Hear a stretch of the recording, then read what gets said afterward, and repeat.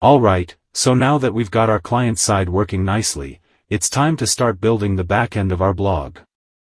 And to do this, we're going to be using node.js. Now, you've probably already heard about node.js by now and you should have it installed locally on your computer. If you don't, you're going to want to head to nodejs.org and download the long-term support or current version of node.js. And node.js is really important for us because it allows us to write our backend in JavaScript instead of in PHP or Python or Java. Right, as I said in the introduction, it used to be that in order to be a full-stack developer you had to be fairly fluent in more than one programming language, but with node.js, which has become an incredibly popular framework since it was released, our entire web application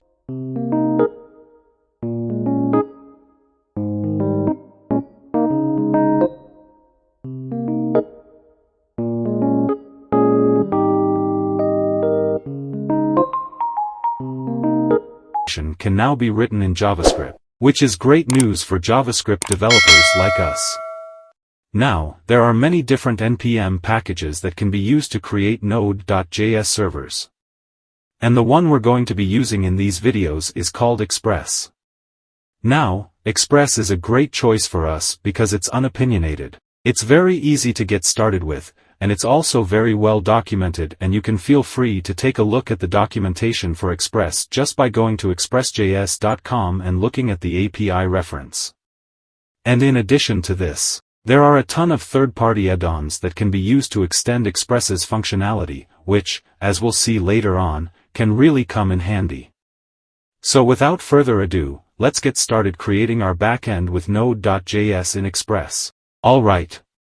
To get started creating a backend for our app with Node.js and Express, what we're going to do is create a directory outside of this front-end directory that we've been working with so far, right? That we called my blog. So what you're going to want to do is open up a terminal and type cd and then dot. And that will send you back out into the parent folder. And then what we're going to do is just create a new folder inside of here alongside our my blog directory. And we'll call that something like my blog backend. So what you're going to do for that, assuming of course that you're on Mac, this may well be different if you're on Windows. So just look up how to create a new directory in Windows or whatever operating system you're on. And then you're going to say my blog backend, right? So this is the name that you want for the directory. Okay, so once we've created that, we're just going to open that up in Visual Studio Code, and you can either do that just by going to File Open in Visual Studio Code, or if you have your terminal set up to do this, you can just say code and then my blog backend, and that should open it for you in a new window. Okay, so we now have this nice empty directory. And what we're going to do here is initialize this as a new npm package. And the way that we can do that is again by opening a terminal here and running the command npm init-y, which will do things like create a new package.json file inside our folder and help us keep track of different things about our backend project. Alright. So once we've done that, the next thing that we're going to do is install the Express package, which we're going to be using to build our server. And the way we're going to do that is by running the command npm install express and hitting enter. And that should install Express for us. And the next thing that we're going to do now is create a source folder where we'll be storing all of our source codes.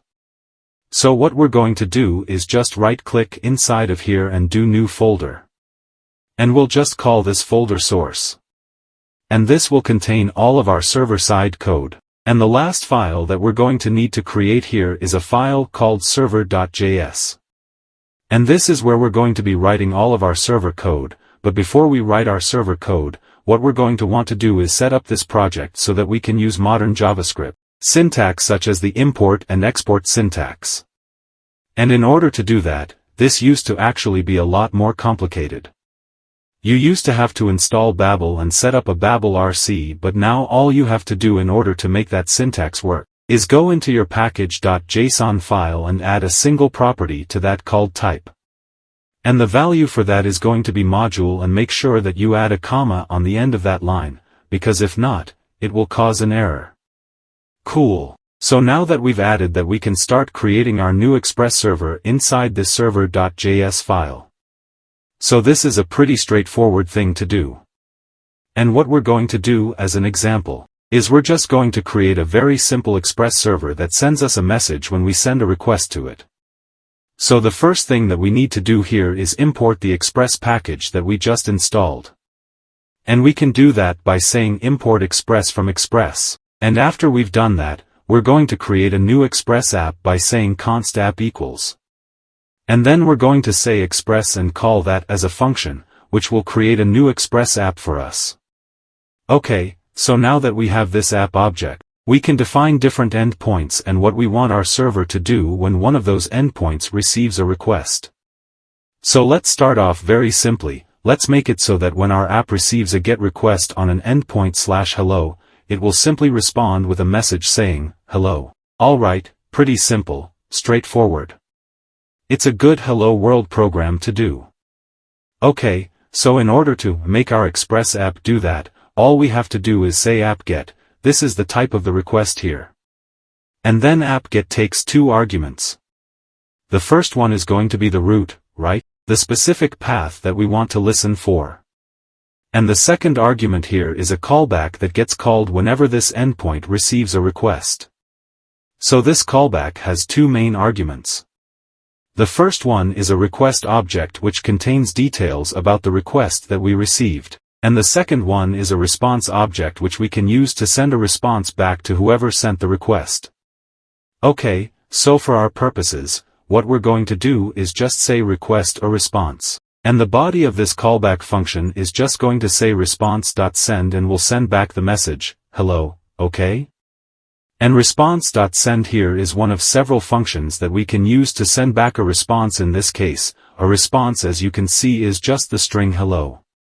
Okay, so we've defined the endpoint behavior. So the last thing that we have to do is tell our server to listen, and this is going to be done by saying app listen. And this function takes an argument to specify which port we should listen on. So we'll just do 8000 here. And it's also going to take a callback that will get called once the server is actually listening. And we usually just use this to log out a message to the console saying that the server is listening. So inside here, we can just say console.log. And we'll say, server is listening on port 8000. Keyboard clicks, OK, and that's all there is to it. All we have to do now is use nodeJS to run our Express server. And the command that we have to use for that is node source/server.js. And if we hit enter now, we'll see that it says server is listening on port 8000. And what we should be able to do now is go over to a browser and enter in localhost 8000/hello and hit enter. And what we'll see sure enough is the response that we got from the server saying hello. So everything's working great so far. Next, we're going to see how we can actually make our app do some useful things. And we're also going to take a look at a better tool for testing our server. Alright. So we've created a very simple Express server, and as we move forward with our server development, it's going to be very important for us to have an easy and reliable way to test it.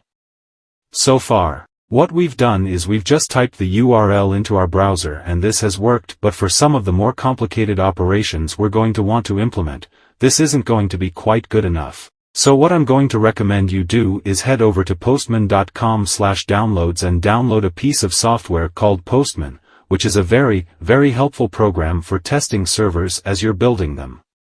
And this is what it looks like when you open it up. So once you've downloaded and installed Postman, let's use it to actually query our backend. So what we're going to do is run our server. If you have your server running, that's great. If you don't have it running, you're going to want to run it again with node source/server.js, and make sure that it logs out server is listening on port 8000. And then what you're going to do is open up Postman and we'll use it to send a GET request to the hello endpoint.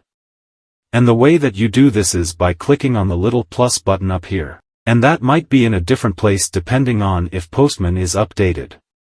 But anyway, just find a way to get this window up. And what you're going to do in here is type in http://localhost 8000/hello and notice over here that we have GET selected. There's all different types of requests that you can select from this, and we'll get to that shortly.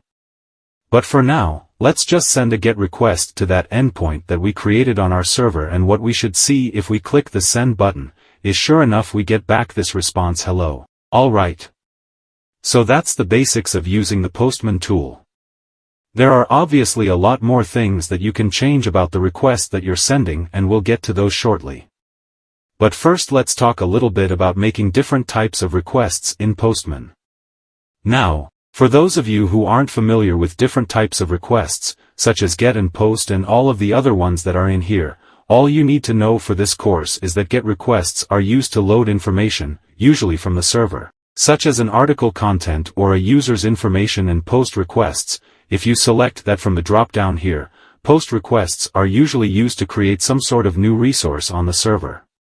And there is one last type of request that we're going to be using, and that is a PUT request. PUT requests are usually used to update data on the server. Okay, so we're going to be using all of these as we develop our backend and bring it together with our front end. But before we can effectively use POST requests and PUT requests, what we're going to want to do first is actually get a little bit of experience with these requests, because they're a little bit different from just sending a basic GET request. A GET request, as we saw, basically just sends a simple request to a specific path, as we saw, and usually it will get back some sort of response. However, POST requests and PUT requests have the ability to carry extra information in something called a request body or request payload. So let's take a quick look at an example of making a POST request to our server and actually including a payload. So what we're going to do is just select POST from the drop-down. And before we add any extra body to this request, let's just try sending a POST request to our server and see what happens if we send it to the same path that we defined our route handler for earlier. Okay. If we click send, what you're going to see is that we get back this HTML basically telling us that there was some kind of error on the server, and specifically it says, cannot post hello. So when we create the different endpoints on our server, like this one here, where we set app-get, these endpoints are only going to respond to the specific type of request that we selected. So in other words, if we want this to respond to a POST request, we need to change it to app post. And this is just something that Express does for us. It's a really nice API to work with just because it makes it so simple to tell whether an endpoint is a POST endpoint or a GET endpoint or a PUT endpoint. So if we restart our server, and you do have to manually restart your server here in order for these changes to take effect, we'll take a look at how to add the ability to automatically restart your server very shortly. But now if we go back over to Postman and click send and send a POST request to that endpoint, we'll see that we get back that same request. And likewise, if we try and send a GET request to that endpoint now, we'll see that we get the error saying cannot get hello. So anyway, the point of all of this is that when you define your different endpoints, you need to be aware of what method GET, POST, PUT, or any of these other ones you're using when you define them, so that you can know what type of request to send to that endpoint. So now that we've seen how to send POST requests and define POST request handlers on the server, let's actually try sending some extra information in the form of a request body. And the way that you do this in Postman is by selecting this body tab here, and then you're going to select raw. And from the drop-down here, you're going to select JSON. So we're going to be sending a request that contains JSON data to our server. And what we're going to do in here is just provide some very simple data. We're going to say name, and I'm just going to use my name here, although you should definitely feel free to use your own name. And let's click send now. And what we should see is that we just get back the regular response. So our server isn't doing anything with this request body yet. So let's head back over to our server. And when you define a POST endpoint like this one here, usually what you'll want to do is get access to that information in the request body.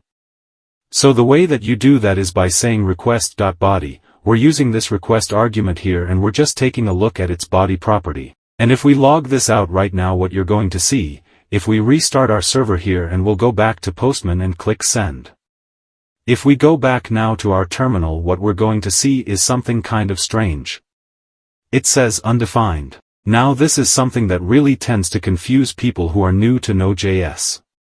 In order for the body property to work correctly in an Express application, we have to add a little piece of what's called middleware to our app. Basically, middleware is just extra functionality that our server will automatically execute. And what it's going to look like is this.